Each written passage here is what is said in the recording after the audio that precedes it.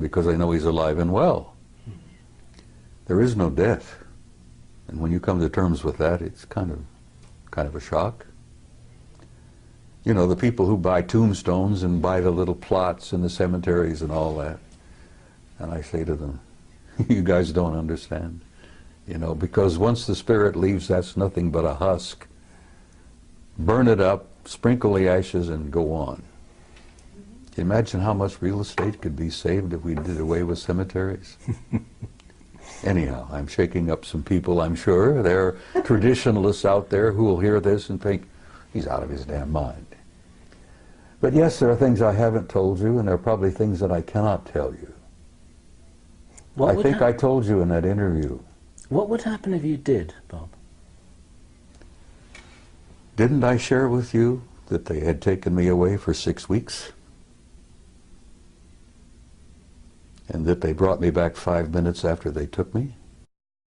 Okay, I would love you to do that, but I would also like you to say the last words that Wendell told you. Because he said some very specific words about what's going on here on the planet. So he told me that from what he'd learned, that we were in for some difficult times. But beyond that? Beyond that, he said, I'll see you tomorrow. Mm. Beyond that, though, well, I'm going to reveal it then. I mean, he basically said they're in control. The people, the beings. He knew control. that, and I've said that essentially. Well, you know, how did he phrase it? You know, well, I will go back to my interview with Bob Bigelow, and I'm banging on the table. And this was years ago when I still got frustrated and expressed my, vented my spleen, as it were. And I'm sitting with Bigelow. I bought him lunch, by the way. Now, I'm one of the few people who can say I took a billionaire to lunch. Anyhow, Bob, if you're watching this, you remember our interview, our talk. I'm banging the table because I was so frustrated and aggravated. And Bigelow said, calm down, Bob, calm down. He says, everybody has an agenda. And I said, yes, that's one of the things I'm angry about. Everybody's got their own damned agenda. And he says, Bob, there's only one agenda.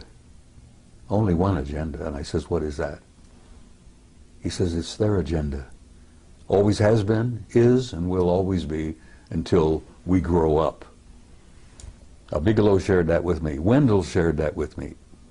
He said he'd learned that, there's only one agenda. They're not only merely in control, they've been in control from the beginning. And they are controlling disclosure. Okay, and they are deciding whether the masses are ready or not. And who is they? Sweetheart, there is indeed a galactic federation. You may think that's a joke, you may think that's a little funny thing from the Star Trek series and all that. There is indeed a galactic federation. And the headquarters is not even in our galaxy. Now you put that in your pipe and smoke it. That there is a federation of advanced intelligence in beings throughout the universe, and the latest figure, what, 200 billion planets in our galaxy, 200 billion galaxies in the universe. It's probably much, much more. But there is a federation, there is a control, there is a purpose, there is an agenda, and the survival of this species on this tiny zoological garden is important to them. And they are in control of disclosure. They could end it tomorrow if they chose. They'll end it when they have determined that the masses on the planet are ready, and not one instant before will a disclosure literally, in the big way, take place. Now, as I pointed out to you also, it's been my experience, and I've had first-hand experience with this. I've never spoken at a conference in the last 10, 15 years where there wasn't at least one or two of them in the audience. And like Ingo Swann, I've developed the ability to spot them. And I've even had them come up to me. And I think I shared this with you on that interview, where they come up to me after a presentation, shook my hand, and told me how much they appreciated what I had to say. And I've learned that they attend these conferences not to listen to what the speakers have to say, but they're monitoring the response of the audience to what the speakers have to say. Sure. Because they're monitoring of us, their evaluation of our condition is incredibly powerful. There are a bunch of outstanding experts in that group. And as I said, they've been with us since the beginning of time, literally. They created us initially. They genetically manipulated us. They plucked those golden apples and turned us into what we are. Now that process is still underway. Those golden apples are still being manipulated, and we're learning to do that ourselves.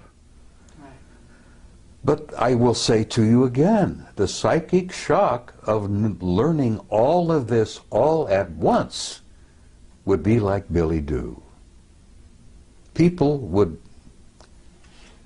and I've run into them too, honey, and they don't want to know the truth. There's a gut feeling in many people, knowing spiritually, I think, that the truth is more than they can handle at this moment. Mm. You see, what I heard Bob saying yesterday, he didn't say that, listen, the movement towards disclosure is something that is ill-considered and unwise and people have got to be kept in the dark forever. I think Bob was saying that it can't be done in the way that some people are thinking, with reference to Obama calling a press conference and say, okay guys, we've got this little secret, so listen up and we've got something exciting to tell you. Well, he's not going to do it that way, and Bob was explaining that it's been happening for quite a while. It has to be a gradual process. An ongoing strategic process in which people are waking up in waves. And the ripple effect is actually supporting the disclosure movement, and we're part of it, and other people are part of it, and Bob's part of it. Exactly. And I think all Bob was saying was that it's not happening in the way that some people naively think. Is that? That's exactly what I was trying to say. They're not going to be Billy Do. They are the ones with the agenda. But actually, I actually want to challenge that. Okay? Well, challenge away, kid. Because, no, it's an interesting concept, and it actually could be debated. In other words, what's the level of free will of this humanity? Because at certain stages in its development, this may be true. They are in control and have been in control. And Wendell knew that before he died. Right. And it depends who we're talking about, they. But I would submit that this humanity that is waking up is about to take those reins into their own hands. They're waking up. And that is exactly what some of those groups are very afraid of. Some of them? Yes. Well, perhaps. Because there are groups multidimensional beings. Carrie, there are people out there, intelligences out there that don't like us very much at all. Exactly. Like the two scientists who shared this with my retired commander from the Navy. He was a fusion specialist. What is it? The other element, the other level of reality? I forget. I'm having one of those senior moments. You will forgive me. Are you talking about free energy? Are you talking? Yeah, well, yeah. He was talking about. He'd worked alongside of a couple of those guys from along. Cold fusion. Hmm? Cold fusion. Well, it's a form of that, yeah.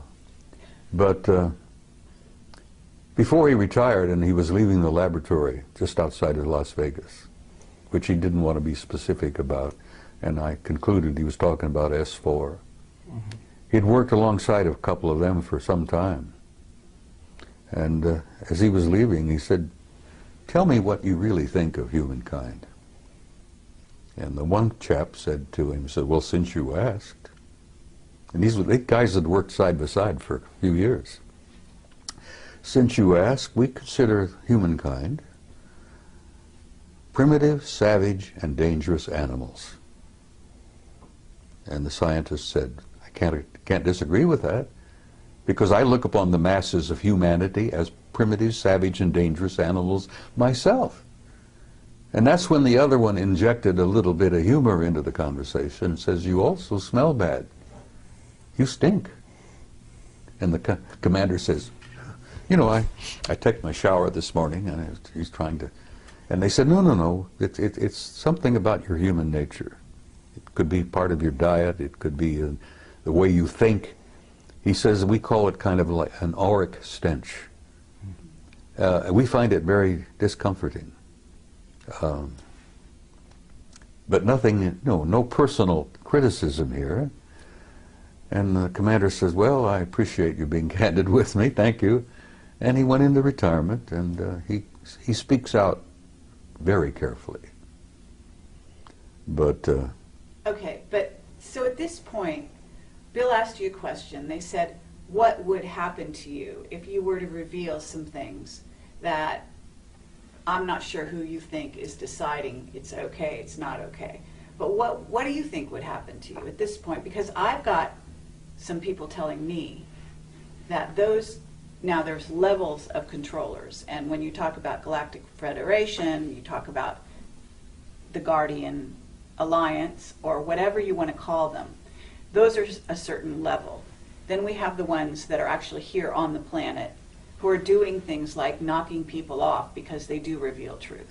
Okay? And well, they may those be guys are not pushed doing by that those very people. much.